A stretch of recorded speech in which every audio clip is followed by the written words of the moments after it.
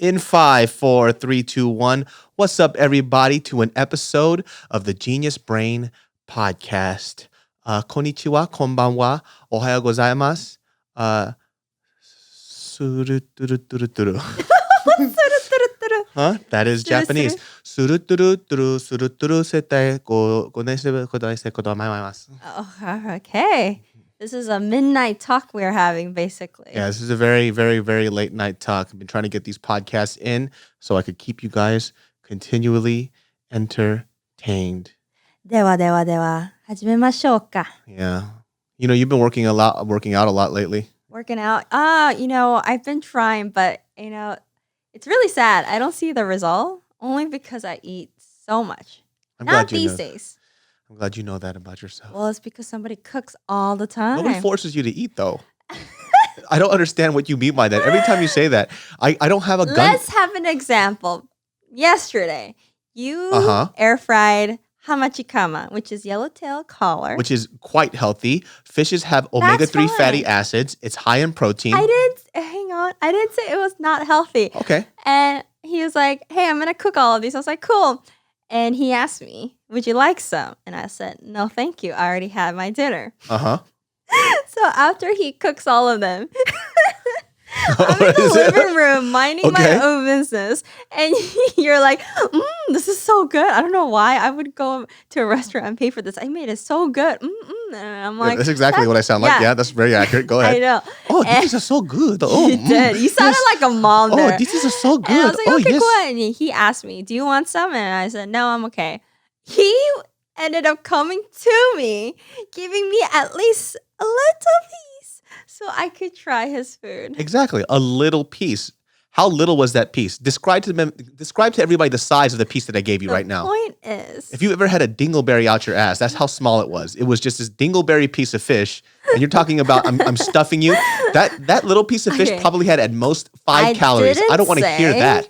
You were stuffing me. I love your food. So yes, part of it is my fault, the fact that I can't control myself and have your delicious food. Also, you have what we call 큰 손, which means you have big hands. That's literal definition of it. But what it means is that you like to cook a lot. Like you cook like we have a huge family, like a family of 3 kids. I know. I have 2 breasts and I have a big belly. In order for those food not to go bad as well, I have to eat faster or more. You don't have to do anything, my dear. I don't like wasting food. You know the thing is that the way we cook, the amount of portion is very different. You cook like you have a family of 5. I cook like I have a family of 1. So usually things are gone. But we cook it and then we store it in the freezer to save it for later. Yes, until you put it in the fridge and you forget because our fridge is so packed. But remember what happened though? We didn't go shopping for like almost 3 weeks. That is why we didn't. And now we got no food in the fridge and all we're eating is... I'm eating... eggs. Eggs and ramen. I'm eating eggs and bread. Well, I don't understand why you just can't say no. You don't have to eat the food. I love food. I love exactly. food. So it's not a me thing. It's a you thing. I didn't You need to practice self-control, my dear. Which I admitted. I know. I admit that. I said that because I also love food. But you were saying that the reason why. I didn't. Yes, you did. It's I said recorded. Part of the reason. Maybe you should go rewind this and hear us saying yes. I'm not part of any problem, dude. I'm the solution. Solution to what? To a happy life. Happy life? That's right. You're saying that I have a happy life? I do. Exactly, you do. I do. You have a very happy life. I have very stressful time to time. You have a house husband that just cooks and cleans all the time. Cooks. I don't know about the cleaning part. As you know, everybody. You cook, I will throw you into the middle of a lake. Did you not come down to a kitchen that was clean today after I used it? Did you not? After I used about 600 days we have lived together. Okay, you're saying today was the day. Okay, hold on a second. I swear to God, every time I have you on this podcast, listen to me. I'm changing the name of this podcast, by the way, when you're on. I didn't say. Hold on a second. Okay. After the last podcast, because your fiance does something we call active listening. Okay, I actively listen. Yeah, I realized there are 2 types of listening from You. I actively listened to it. And what happened? You see any ramen bowls with soup inside it? No, my dear. I washed that shit up and I threw that shit in the dishwasher. That's right. I am so glad. I noticed it too, and I acknowledged it. I was like, exactly. Did you put the dishes away? So now I'm literally 2 paces away from being perfect. So at this point, I don't want to hear nothing from you. All right. At this point, okay. After one day, actually one morning, okay. But you know what? Kudos to you. One step at a time. One step forward is a step in the right direction. Exactly. And I'm glad. Write that down, everybody. One step forward is a step in the right direction. Thessalonians 5:18, 4:16 divided by 2. Point 2. One step forward is a step in the right direction. All right, Pastor. So okay. Go ahead and have your own mosaic now. When God came.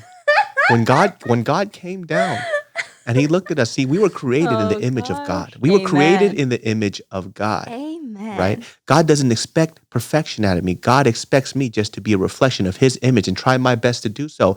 If not, it's not about you see that hand? It's not His about hand perfection. motion was me to shut up. It's not about perfection. Because one step forward is a step in the right direction. Are you laughing at God right now? I swear to myself. I can't. Wow, that was amazing. Thank you. That was a great performance. I told you I used to be a pastor. I know. I still got it in me. Oh gosh. Oh, you made me cry right there. Amen. Hallelujah. Amen. Hallelujah. Let's copy and paste today's morning to every day. You know, I do want to say this though, just because I've been hearing a lot of, you know, far be it that she and I are anywhere near close to being perfect. We're not. We're a hot disaster, especially the trials and tribulations that we went through just to get to where we are right now. Yes.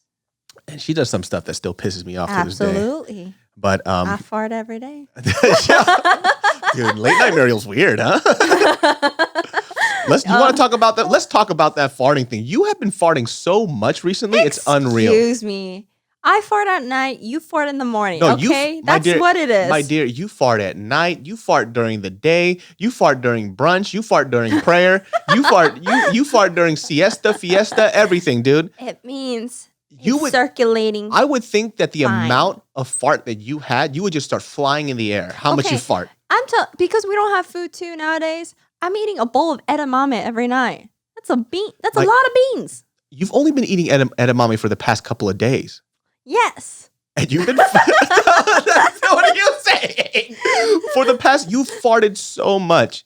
It means it's circulating very well down there. And hey. And I like how when you fart too, you're just stone cold faced too. You're hoping that I don't even notice. But the problem is, it's not that her fart smells. It doesn't smell. Her fart is violent. It's violently pleasant. Her fart is as violent and loud as a prison outbreak. That thing, it rumbles the earth. You know, every time it rumbles, but it got no smell. Which, on the other hand, this man. When's the last time you smelled my fart? I don't know. Exactly. Because our room smells in the morning. That's not fart smell, dude. That's not fart smell, though. That's natural man smell. In the morning, I'm like, what the hell is this smell? I swear I had the candlelight on last night. Where is my Glade candle? I turned it on for hours, hoping that it would save the morning. But no, it doesn't. So here's the thing. If any ladies out there have not lived with a man, if you have not had a male sibling, if you have not smelled your father's room in the morning, for some reason, I don't know what it is. And I only know this because when Mariel lived separately from me, when I walked into her room, or when I spent the night only one night in her bedroom, the room smelled fantastic. Mm-hmm. For some reason, men exude this stinky odor out of their body. It's all guys. Do you smell it? I smell it. It just smells like dude, like the exhale of a dude. How do you smell it? It doesn't smell nice. It's just like, oh, this is weird. So, opening up the windows helps out a lot. But I don't know why men smell so much worse than women. Because you know me, every night before I go to sleep, what do? Yeah, you're a very clean man. I shower. Yeah, I shower. I brush my teeth. I do everything 2-3 times a day. And then, but in the morning, it smells like man oil. And you don't smell it throughout the day, too. Exactly. So I don't know what it is at night. Maybe I'm farting at night, huh? Probably. You fart a lot at night, and you talk in your sleep. You know what? You should sleep. That's what you should do. It's a very scary experience for me at night. I just keep on hearing these howls come out of your ass and your mouth all night. All I hear is this, and then I hear. Hey, I still smell like flour, though. You know what you should do? You should wear your cologne take these to at the night. tennis court. You should wear your cologne at night. No, because I can't sleep. You know when you wake up in the morning before you go to work? I never told you this because I don't want to hurt your feelings. But when I wake up, you know why I wake up in the morning? It's because right next to the bed, before you went to work, you would do this. I would wake up to the smell of 1,000 poppy flowers. Like, I never understood why you would decide to douse yourself with perfume right in front of my nose. Doesn't it smell good? I don't want to wake up. Like, I can't breathe. If I had your smell, I would sleep so fine. Not your smell, your cologne. I can't. If I had your cologne, I'd be like...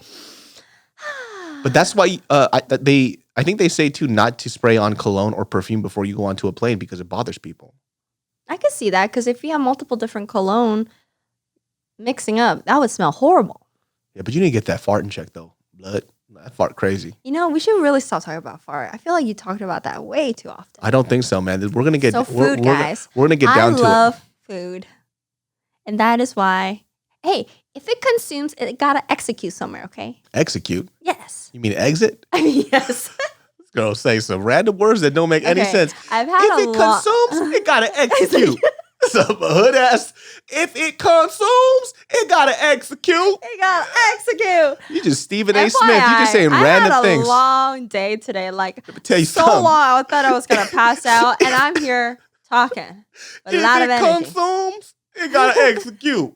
Because sometimes when things leave the body, it got a recipe. You know what I'm saying? It got a recipe that over is here. my line. Don't steal You my line. You ever recipe something and then you conflagrate it? Because when I conflagrate something, you got to recipe it because when it got to execute. Hey, Mr. Pastor So, you got your line in the beginning. That is my line, okay? I'll take my line. Thank you very much. Have a nice day. Where are you right now? Are you even in here?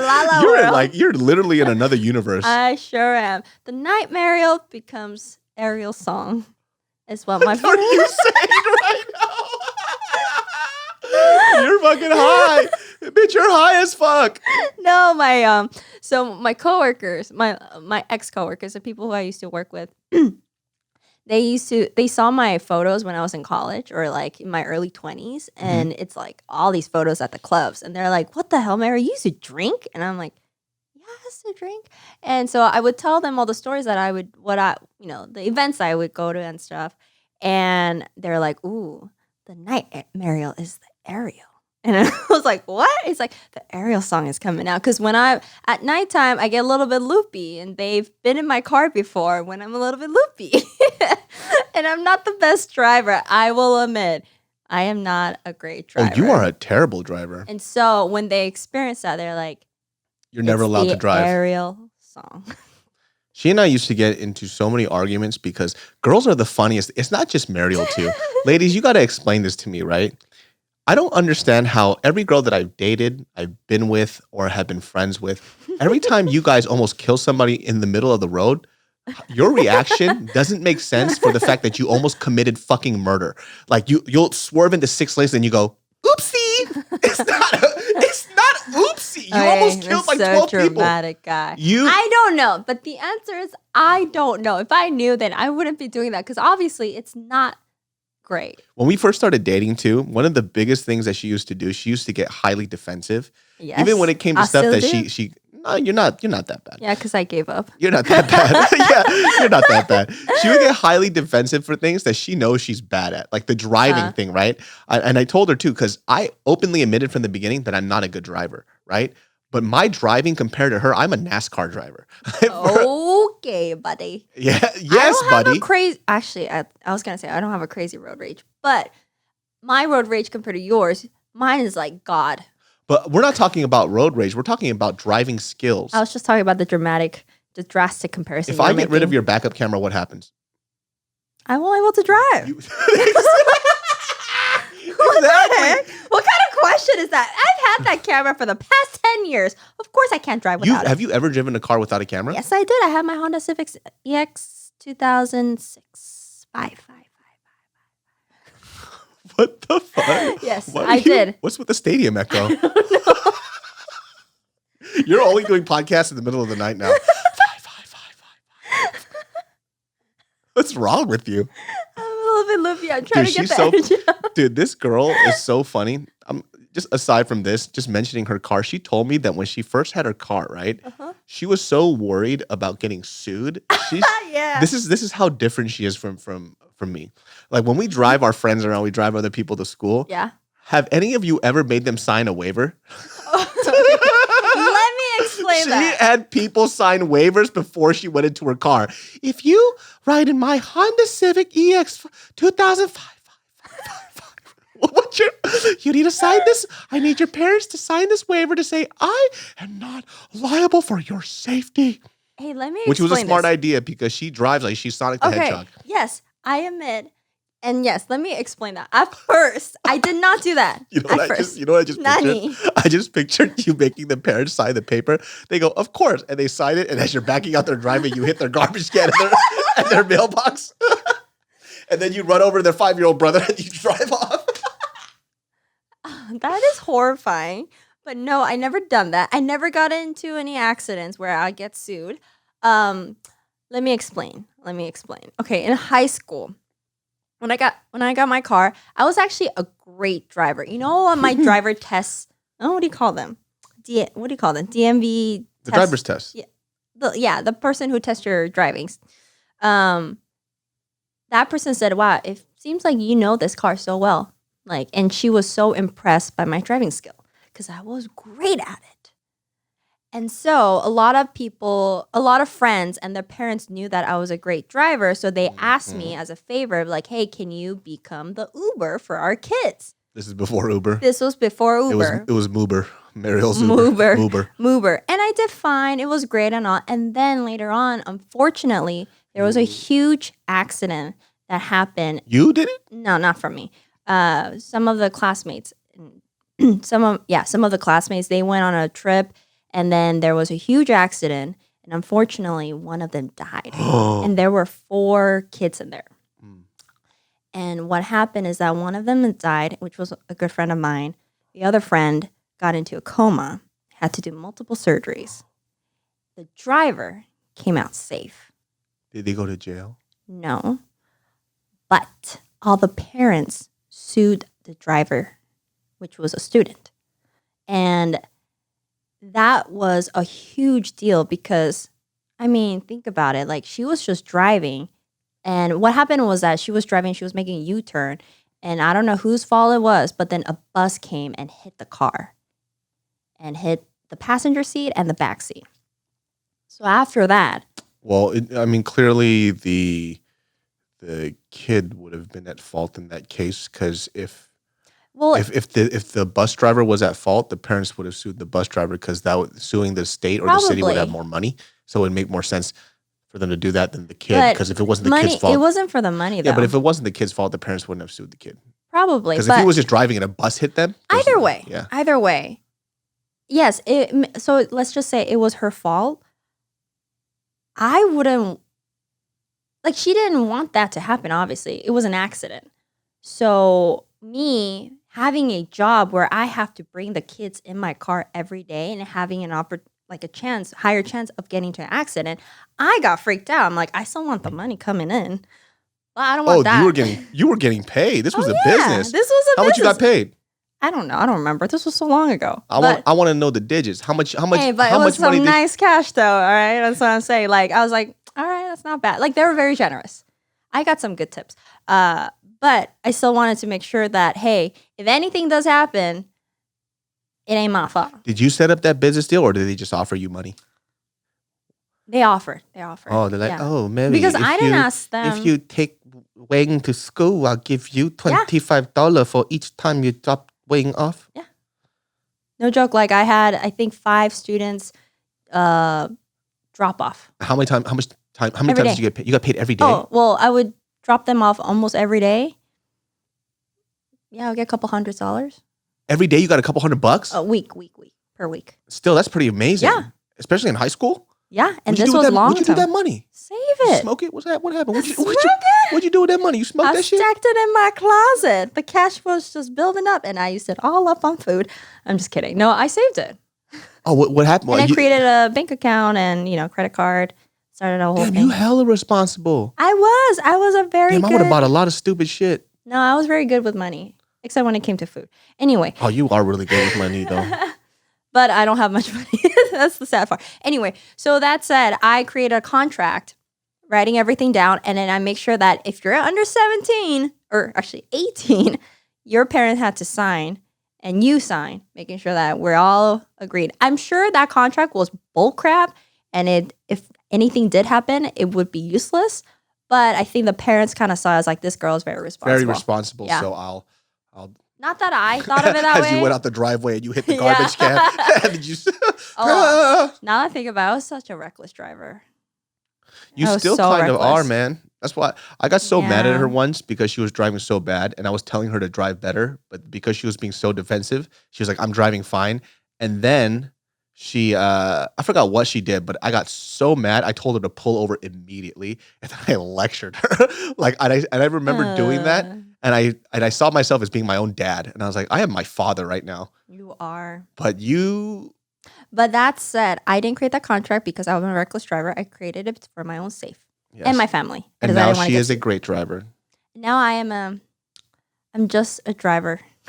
You are a responsible driver. More or less, yes. Yes. But whenever we go somewhere, she is never allowed to drive. I only drive. Shout outs to me. Good job. Okay, well, that story was a little bit more serious than I thought it was. I thought you were just doing that just to be a goofball, just to make people sign stuff. Not you, mister. Why would I do that? What you saying, dude? I ain't a joker. That's why.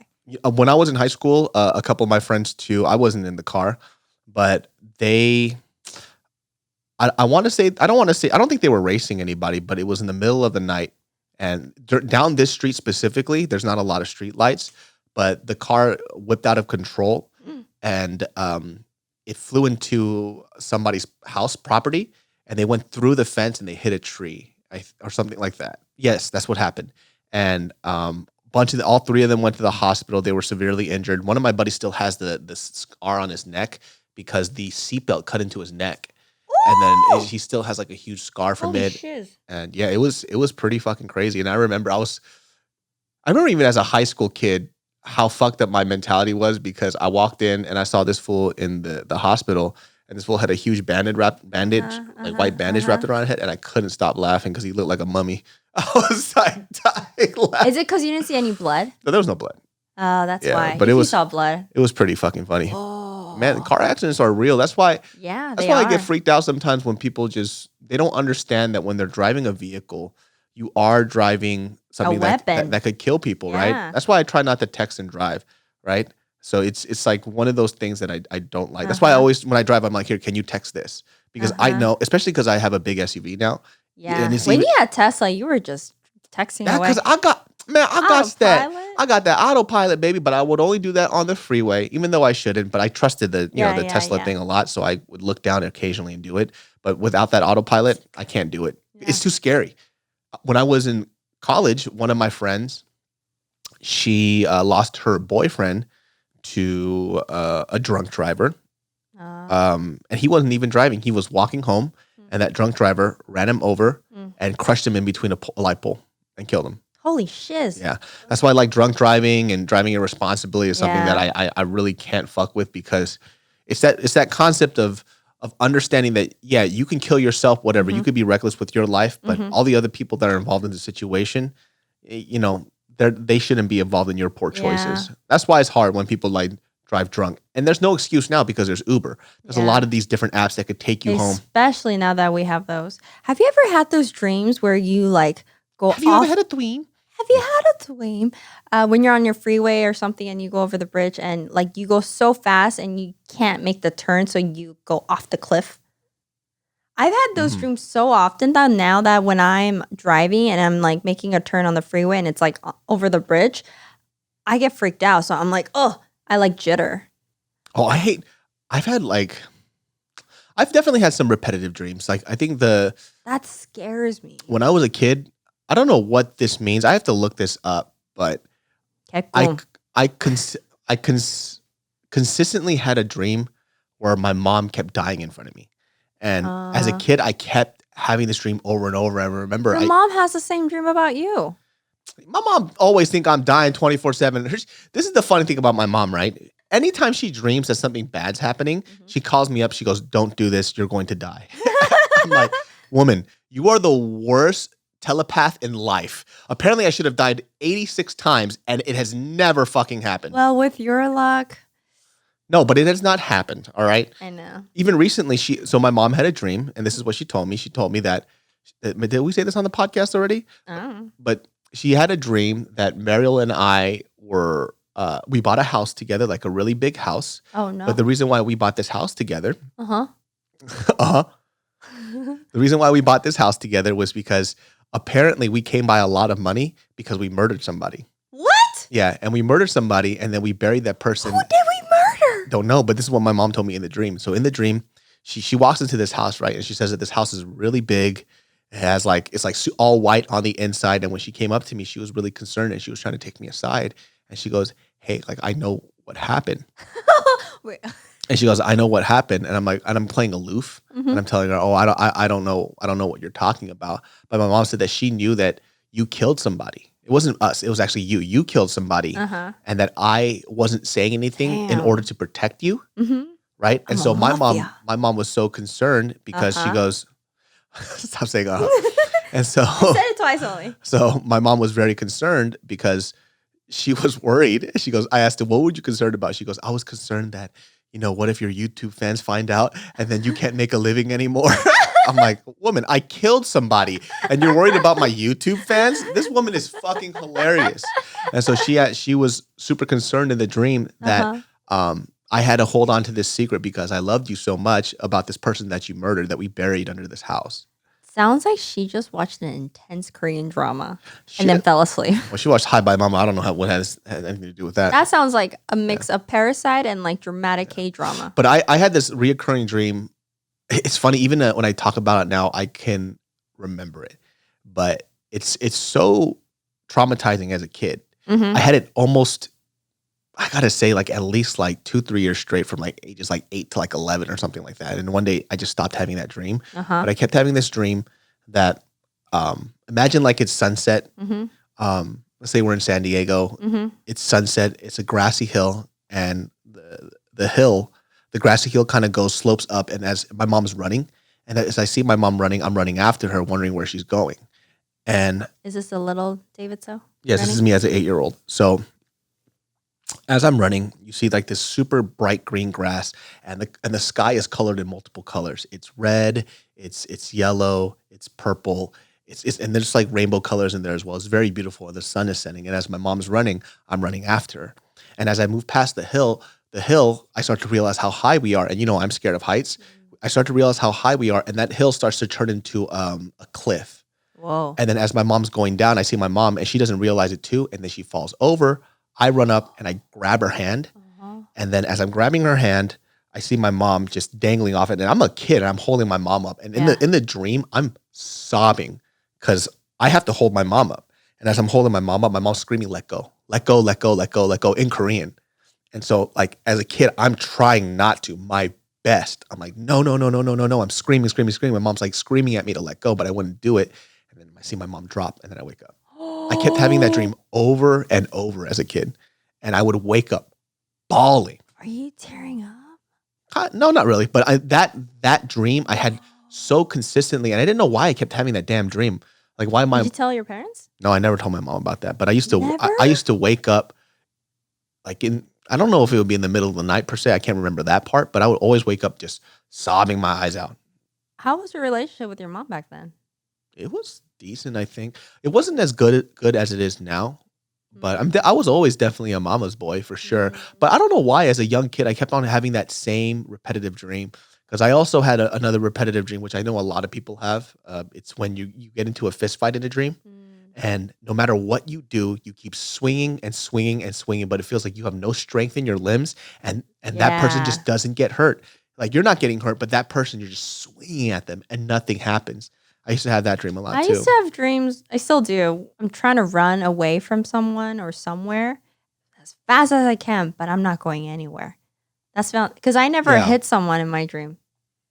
Not that I recall, but I always had dreams where I'm trying to run as fast as I can, but I'm just going nowhere. And I feel like my legs don't have any energy. So it's kind of like you're punching. One day I gotta bring up I have it like in my computer, a bunch of these random notes. You should have one of those like dream specialists come around. Maybe. Yeah. Or analyzer. I told about this dream on the podcast before, but if people haven't heard this, and I think I told you this one, where I was walking into a diner, and the day is very gloomy. It's cloudy. It looks like it's about to rain, but it's not. So all the skies are really gray. So I walk into this like very retro 60s diner, right? So a lot of steel, red neon lights. The booth inside it's all red. When did this happen? I can't remember, but this is a very, very vivid dream. I walk into this diner. I sit down to order food, and when I sit down to order food, this waitress comes up to me. The waitress has her kid on her, and the kid is crying. She's like apologizing. She goes, "I'm sorry, my kid's crying a lot." And as she's trying to take my order, I'm like, "Hey, it's okay. You can leave your kid with me. Like I'll watch your kid. You could take my order, go do what you have to do, and then come back." Right? And so like I'm holding the kid. Was it like a serious mood? What? Was it a serious mood? Serious mood? What? Like the mood. Like was it like just you, or was it busy and crowded? It's just the diner. I don't remember that much, but I'm just sitting at the diner, and then everybody is going about their thing. She goes, "Thank you so much." She's very, very appreciative, and she goes away. So as I'm holding the kid, this angry man walks in, right, and he starts yelling at her or whatever, whatnot. They started getting into a confrontation, and as they get into a confrontation, he looks at me and he's like screaming at me because he thinks that I'm with her because I'm holding the kid, right? And so I leave the kid, I go out and I follow him, and as I follow him, he kind of confronts me and he turns around, points a gun at my face, and then shoots me point blank. Boom, right in the head. And I die in my dream. And so people say that you're not supposed to die in your dream. And so when I died, I woke up and I'm like, what the fuck happened? And I'm back at the same place outside the diner, right? I'm back at the same place outside the diner, same setting, super close. And then I go back inside the diner and I'm kind of freaked out because it's deja vu all over again. Sit down, order the food.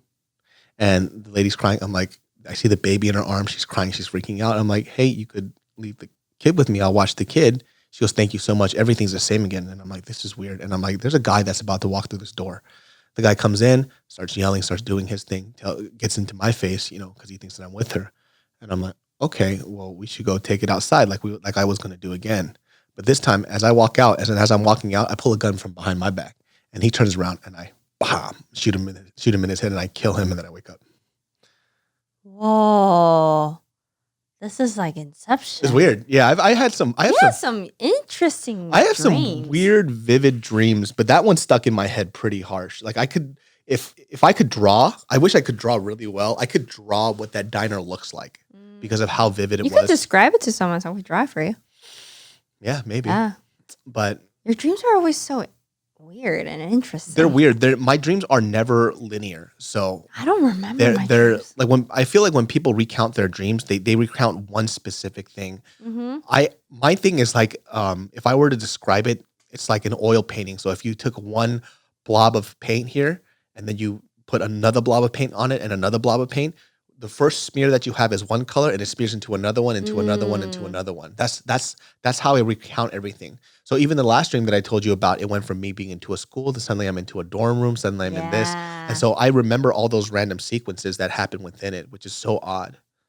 Huh. Interesting. Yeah. So honestly, when you told me about that dorm and the bathroom, I was like, oh, this is an ADD dream. That's all, a lot of my dreams are kind of like that. Because you're just like concentrating on one thing and then going to another. But I mean, it's still very interesting. Mm-hmm. I only remember, like, if you ask me, do you remember any dreams? I have only 1 or 2 dreams that I remember. And it's just, one's a really sad dream. I think that's why I remember. It was after my grandma passed away. That night, I had a dream about her. And that dream was so vivid that till this day, I remember so clearly. Did it seem like it's real, like it actually happened? Yeah. Well, because the thing is, in the dream, I knew that she was dead. So I was asking her, why did you leave? Yeah. And because it seemed so real that it didn't feel like a dream. Do you feel like that was her coming to you in your dream? Maybe. Oh, I can't talk about it. Yeah. Maybe. Because she basically, okay, so what happened in the dream is actually really short. is that, again, I was running somewhere. And I fell and I hurt my knee. And I turned around, or I was sitting down, crouched up because it was hurting. And I turned around and the person who was behind me was my grandma. And she had Band-Aids and stuff to like, take care of my knee. And I'm looking at her and I'm like, Grandma, why did you leave? Why? She had no response. She was just quiet. She's fixing you up. Just fixing me up. And I was all crying. Oh, I'm like laughing and crying at the same time. I was all crying in my dream. And I looked at her and, so vivid. I looked at her and she wasn't looking at me. She was looking at me, taking care of it. And I was just bawling because it was the night that she passed away. And I woke up crying like this. Was it the night that you passed away that she was like that? Yeah. Maybe it was your harmony coming to you in your dream and she was like trying to patch you up. Maybe. It could have been. That's so, when your grandma passed away, like I told you, it was, your family was very fortunate that you got to have a grandparent that was with your family, she lived with your mom. Yeah. And on top of that, she got to see every single family member that she had before she passed away because it was at New Year's. Yeah. It was a very fortunate way. I think like if somebody wanted to pass away, and on top of that too, it's not like your grandma was, she was like sick. She was paraplegic or she couldn't feed herself. She was cooking. She was so healthy. She was cleaning. She was taking care of herself. She was perfectly fine. And she passed away on New Year's where everybody gets together so they could see her. Yeah. And I mean, like in the morning we had, other relatives come to our place because grandma used to live with us. We had her come to, like the aunties, the cousins, great grandchildrens would come and we would all celebrate and she would cook breakfast for us. So we had her, we have this, what is it? Rice cake soup, tteokguk, in the morning. And so she prepared that for us. We did the whole Happy New Year celebration. And actually that day is when I told my family about you. Yeah. And so we all had a good time, and then everybody left, and we decided to meet again for dinner. Yeah. Unfortunately, before the dinner, she had a stroke, and we had to go to the hospital. Yeah. I was away. I heard the news, and I came to the emergency center, and I thought it was, she was fine. I thought she was still alive. So everybody was waiting in the waiting room. I came really late, and that's when the doctor walked in, and I asked her, "Where's my grandma?" And it was an old doctor, and she was like, "Oh, honey, she didn't make it." Yeah. And I was like, when she said that, on TV, when you get into a shock and all of a sudden the sound becomes like the sound goes away and all you hear is like, whoom, whoom, whoom, whoom. That's all I heard. My dad was talking to me about something because he heard the news too. I could not hear him. And it was just a weird moment. I was just like, as if things were twirling around and there was a door. And inside that, if I open that door, inside that room, there are 4 daughters waiting for grandma to come back. They have no idea. And my mom's in there too. So I was like, how are we going to tell them about this? Yeah. Is this happening? And I was just so confused. But we had to tell the news. And then we went to go see grandma. But overall, she was healthy. It was just a sudden stroke. So, she didn't have any. It was her time. She was 90. She was 96. Yeah. I think the hard part too, especially like talking to your mom felt like she could have done something. And then, and then when I talked to her for a short stint, I was having a one-on-one with your mom and I was just asking her like, what could you have done? Mm-hmm. It's your time to go. It's your time to go. She was 96 years old. She goes, well, she was telling me she wasn't feeling well, and so she went up to go sleep and rest. But then what? You would have taken her to the hospital because she said that she needed to sleep. Like who would have ever known? And I think that's the hard part where even we always tell ourselves that we're prepared for that time when somebody leaves, but when it actually happens, it's hard to grasp it. Because for my grandma, when she passed away, it was easier for me because of everything that she was going through up until that point, right? Because she suffered from like Alzheimer's in a very, very severe form of way, right? She couldn't, it went from her forgetting our names, for her not being able to remember anything, for her forgetting to take her pills, and that led to some other stuff. She had a stroke and everything else. And at the end of the story, just to keep the long story short, she was short. She was in hospice care, and she was getting fed through a tube through her stomach. That's it. So having to deal with that emotional trauma all the way up until that point, by the time she passed away, I've already dealt with it. She was already gone. Yeah. She was already gone, right? And so those are the emotions that I've already went through. So for you guys, it was a lot harder because you literally just saw her. She cooked a huge meal for the whole family, and then boom, she disappears. It was hard to accept what happened, but I am so grateful that she was so healthy and her mind was so sharp. We would ask her where things are because she knows everything, and I'm just grateful that she was still grandma. She was the grandma that I recalled. You know, she had a really clever mind. You got to spend time with her the way that she always was. Yeah. Which, like I said, like when you told me that she passed away, I mean, obviously I didn't know her, but all I could think about was how fortunate you guys are that you actually got to see her before she passed away. You got to share a final meal with her before she passed away, and she got to cook for you guys before she passed away. Nobody ever gets that. I don't know anybody who gets that. So yeah, we thought she was gonna live at least 100. We're like, oh, she's gonna hit 100. I thought my grandpa was gonna live till 100. He died till he was 97. It was pretty good. You know, he passed away. He had I think he had like a slight stroke or something, and then he fell on his head, and then he had like it called it like internal bleeding in his brain, and then at that point it was done. So see, that's the thing. I'm glad that she didn't have to experience that. He did, my grandpa went out in a very sad way. But at the same time, even for my grandpa too, it's like unless somebody was next to him 24/7, we couldn't have caught that. It happened in the middle of the night when he was going to the bathroom. My parents were asleep. And so it made me wonder about that when my mom had to experience her, having that moment and calling the ambulance. Ambulance? Yeah. And for me, I was outside and I always wonder, it's like, was I outside for a reason? Like, would I able to handle that if I saw my grandma on the floor? It's hard, man. So I don't think I ever told anybody this, but when my grandpa slipped and he fell, I didn't know what was going on, right? Because I was asleep. I was in the other room. I was at the house. But then all I saw was a bunch of firemen come in and take him away. And the only reason why my parents didn't know what to do either. They just thought that he hurt himself. But when they picked him up and they sent him back to his room, he was getting a little delirious. And so what my grandpa was doing before he was passing away, he was laying in bed and he kept on repeating this prayer over and over and over again. He was praying to God constantly, just mumbling in this prayer. And then I freaked out. And then my dad called my brother. My brother being a nurse, he goes, "You need to call an ambulance right now," right? Because my dad didn't know what to do. He was just like, "Oh, is he hurt or is he just praying?" Like, I don't know. My brother's like, no, this is very serious. Take him to a hospital right now. And that's when we had to call the ambulance and the firemen had to carry him away. What happened? How did he know that he had to call the ambulance? My brother heard my grandma just saying this prayer over and over. He goes, "No, he's delirious. Like, he's seriously hurt." And so my brother, thank God he's a nurse, told them to take him to the hospital, and they stabilized him a little bit, but he passed away in the hospital.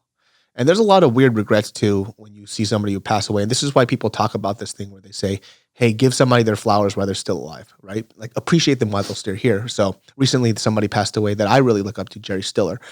Jerry Stiller is Ben Stiller's father. He played George Costanza's father in the Seinfeld. He played Doug Heffernan's father-in-law in King of Queens. Super amazing comedian. One of the funniest TV characters I've ever seen in my life. And he passed away, right? He lived a very long life. But a lot of people say, give these people their flowers while they're still around. Like, don't give it to them after when they pass away.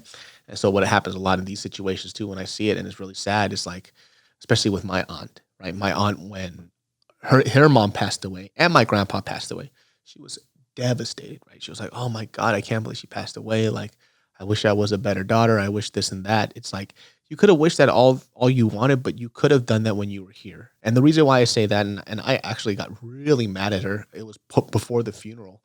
And I think she kind of erased it out of her head, but we were, so when my grandma was in hospice care, I was the one who had to take care of everything. Paperwork, whatever it was me and my dad. My dad would be there. But then I had a part-time job, and in between that, I would drive over to see if my grandma was okay.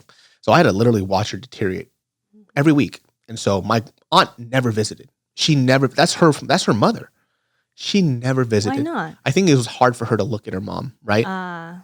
But problematically speaking, it's you should take care of her. That's when she needs you, right? She needed you when she was around, and she wasn't really there for her that much too, because they used to butt heads a lot, right? And so because they butted heads, she didn't really see her a lot. And then I remember when she passed away, and you see these double doors opened up, and you see the stretcher take her away, and my aunt is crying, right? She's bawling, she's screaming, like, I can't believe she passed away. You know how Korean people mourn, Yeah.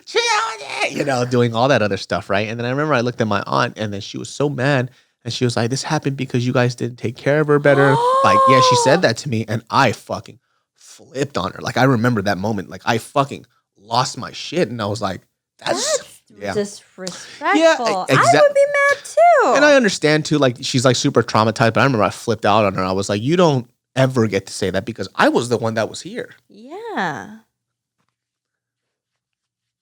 You're making me tear up.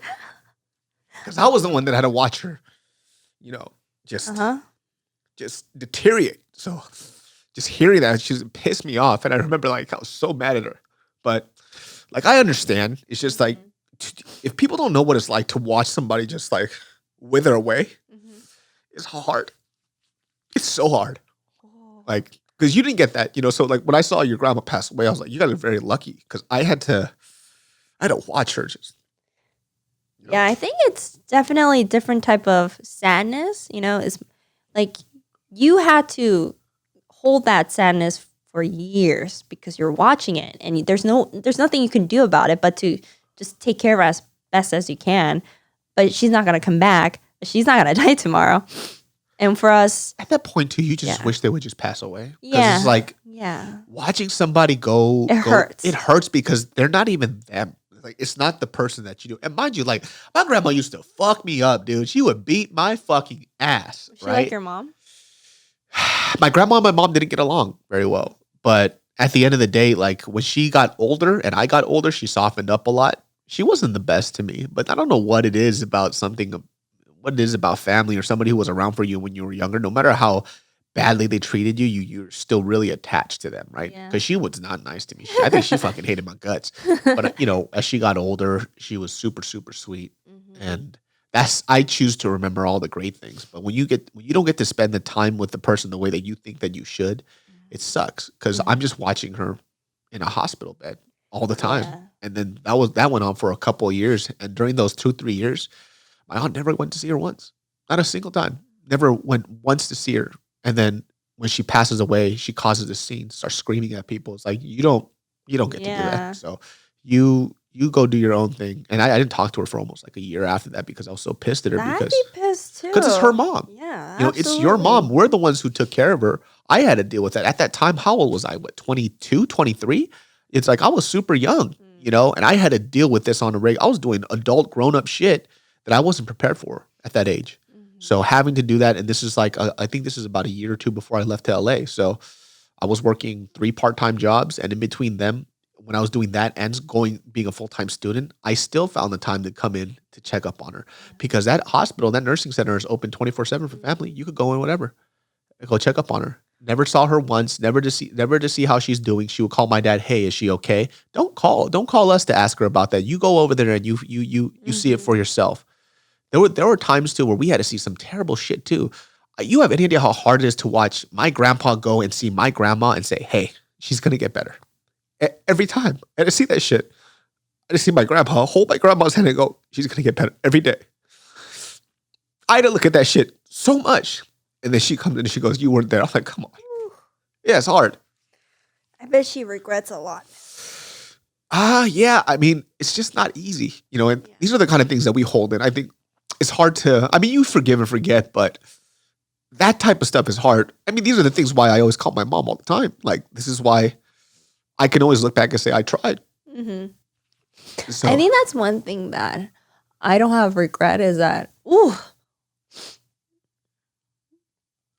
on. You made me cry so much. We shouldn't do podcasts late at night. It's emotional. Why'd you talk about your grandma, dude? Why'd you talk about dreams? The only dream I remember. Dreams have nothing to do with it. It's the only dream I recall. That's why I was like, what, do I remember anything? Yeah. That was the only one. But the day before she passed away, I think about the past 2 years when I came back from Taiwan, I was I was living in the house, so I was with her all the time. So I didn't think much of it, but I did realize that how small she has become. Like physically, she was so petite and really cute. So I just started recording her, being with her all the time, buy stuff that makes her happy. She loved In-N-Out, she loved Frappuccino. And, obviously she drank just enough where it's healthy for her. And I would record her, and looking back, all of those, thank God I have those footage. And also just looking back, I told myself, I was like, I think I did well. I think she was happy with me. Because she, like, looking at those videos, like, she loved me so much and she was happy to see me. She's the only one where I actually cried coming back and giving a hug because I missed her. And she did the same thing too. Like, she would start crying because she missed me. So I cried sometimes because I miss her a lot. But, I don't think I have that moment where it's like, I regret not doing good for her. Yeah, it's hard to say for me too, because I don't think I've ever. I think you did your best too. Like, I did my best. I mean, I think I gave her roses when she could. Yeah. Like I said, she used to beat my ass. So, but yeah, just going back to that topic of just kind of respecting and loving people at that moment. Yeah, it's super important. It's hard. It's hard even when I think about. Like, it's not that I try not to think about it. It's just, like I do it out of respect, but I can relive those moments. It makes me so sad just to go back and think about it and see how she went out was so sad. Like, I'm pretty sure she didn't want to go that way. But I remember I talked to you about this too, where it's kind of, we were very fortunate. You were very fortunate in that case, but seeing some of our other grandparents and other people's grandparents to see how they lived their lives and how they went out, I think it's a reflection of who they were when they were younger. Yeah. Right? My grandma was a very angry person. And how she was a sweetheart. Yeah, and the way she went out, she suffered from, I mean, obviously I don't know the studies behind this, but living with a lot of anger and a lot of stress, and then how she went out wasn't that great. I know some other people's grandparents too they were like that, and every single grandparent that I know anyways, that were very happy, they were very chill and relaxed. They had the best mental health when they were older, and they lived the best life before they passed. So it's like, I really want to enact that stuff in my life. And for sure, me too. I want to grow up like my grandma, because I don't recall her yelling at me ever. Because she raised me basically. Like, she lived with us since I was born, and I don't recall her ever being angry, raising her voice. And she just had such a pure heart. That bottle of soju under her bed. She had a few bottles of soju and fruits that would come out under her bed for some reason. But that was her late night snack. That was her midnight snack. Yeah, watching K-drama all day. The one thing that I did wish is I wish I could have taken her out a lot, because I realized all she does is she cleans up the place and stuff. That's her exercise because we have 2 floors. And then she would just watch K-drama all day. And I was like, oh, it would have been nice if I could take her out more. Maybe she just enjoyed that, though. She did, yeah. She's probably exhausted, too, if she went out. Well, guys, that wraps up this episode of the Genius Cry podcast. Oh, I didn't think I would talk about my grandma. I didn't think you would either, fool. Why'd you talk about Dream? Now we got boogers. Now we got the close-up cameras. I made you cry. You made me cry. I made myself cry, dude. That's gangster tears, homie. You feel me? I cry all the time. It doesn't matter. Yeah, I mean, you made me really relive some old thoughts that I actually kind of forgot about, to be honest with you. Like, I kind of forgot about all that stuff. Like, I really did forget about watching my grandpa just like hold my grandma's hand and telling us that she would get better. That was hard for me, man. Like, because I had to take my grandpa to go see my grandma because my parents were at work. So he was like, "Do you see she's getting better?" And I'm like, "Fuck, man, he doesn't know." Like, he loves her so much. Of course, I mean, they were together for 4,000 years. I mean. Dude, my grandpa's first book was the Bible, dude. That fool. Oh my God. I'm talking about the original Bible. That fool's old, dude. He was born before cars were manufactured. Same with your grandma. What year? Anybody that's 90-something years old, cars weren't manufactured like regularly. I think his first vehicle was a donkey. That fool was hella old. Oh.